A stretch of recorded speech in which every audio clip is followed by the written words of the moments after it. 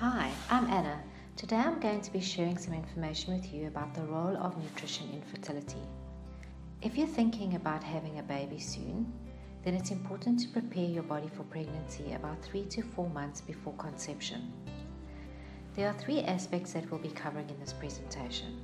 They are the reasons for infertility, nutrition to support fertility, and we will also be taking a look at an example diet plan which you may want to consider. So let's get started with some of the reasons for infertility. There are a few factors that may play a role in infertility. These include being overweight or underweight, age, polycystic ovarian syndrome known as PCOS, fibroids in the uterus and or endometriosis. If you're experiencing irregular or painful heavy periods, it's advisable that you contact your doctor. Alcohol and smoking can affect fertility, as well as medication and recreational drugs. Then there are occupational hazards like working with toxic chemicals like paint and acetone. These toxins disrupt hormone synthesis and can cause hormonal imbalances. Lastly, although less frequently, structural abnormalities also affect fertility. From a study done in 2008, reports show that infertility is the most common reason for women aged 25 to 45 to visit their GP besides pregnancy itself. Okay, so let's move on and now have a look at how nutrition plays a role in fertility. The following food groups and nutrients play a role in supporting a woman's body in fertility: healthy proteins and fats, antioxidants, iron, folate, vitamin D and zinc. In these next few slides, we'll be taking a look at these nutrients individually. Let's start with proteins. Examples of healthy proteins include eggs, nuts, lentils and beans, fish and meat. It is a good idea to consider organic food sources where possible.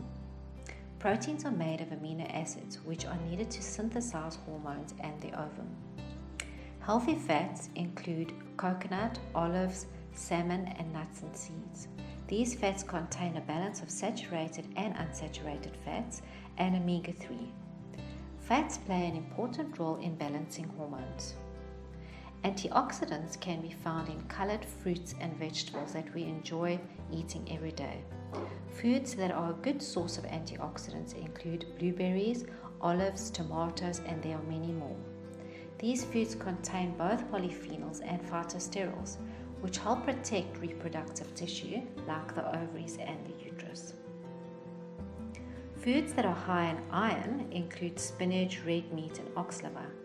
Iron is involved in transporting oxygen in the blood. It is needed for healthy blood supply to the reproductive tissue.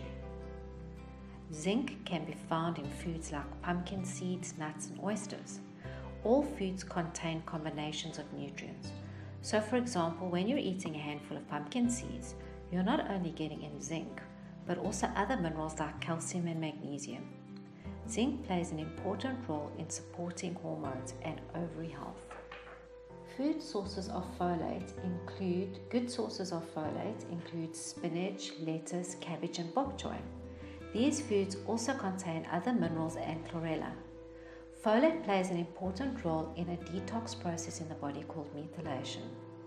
This process is needed for the body to detox any free-floating estrogen that may cause hormonal imbalances. Folate is also needed for DNA replication. Vitamin D can be found in foods like cod liver oil, butter, cheese, and eggs. These foods are also good sources of other nutrients like proteins and fats. Vitamin D helps regulate the expression of genes in the reproductive tissue. Vitamin D is also known as the sunshine vitamin. 20 minutes a day of direct sunlight on one's forearms and shoulders will help in getting our daily vitamin D requirements. Let's now move on to the last part of this presentation, where we will be looking at an example diet plan.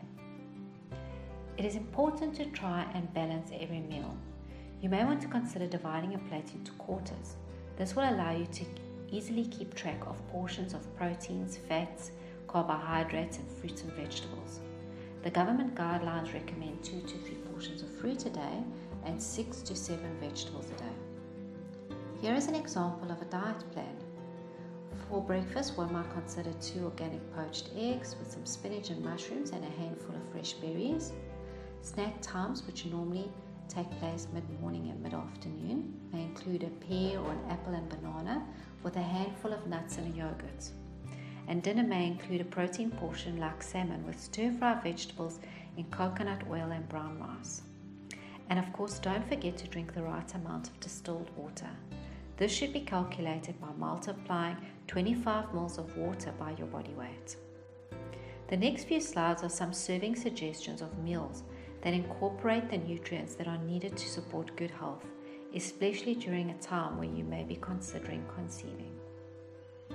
Here is a picture of breakfast: a snack with pear, nuts and yogurt, a chicken salad for lunch with maybe a rice cake and avo, a dinner meal with salmon and stir-fry vegetables. Okay, so it's time for a quick quiz. Which food groups support hormonal balance? A, proteins, or B, fats? So to recap, proteins are the building blocks that are needed to synthesize hormones, and fats are needed to support hormonal balance. So I've come to the end of my presentation, and I trust that you have found this information useful. If you have any questions, you can email me or post your questions on the Anna at Nutrition for You Facebook page. Thank you.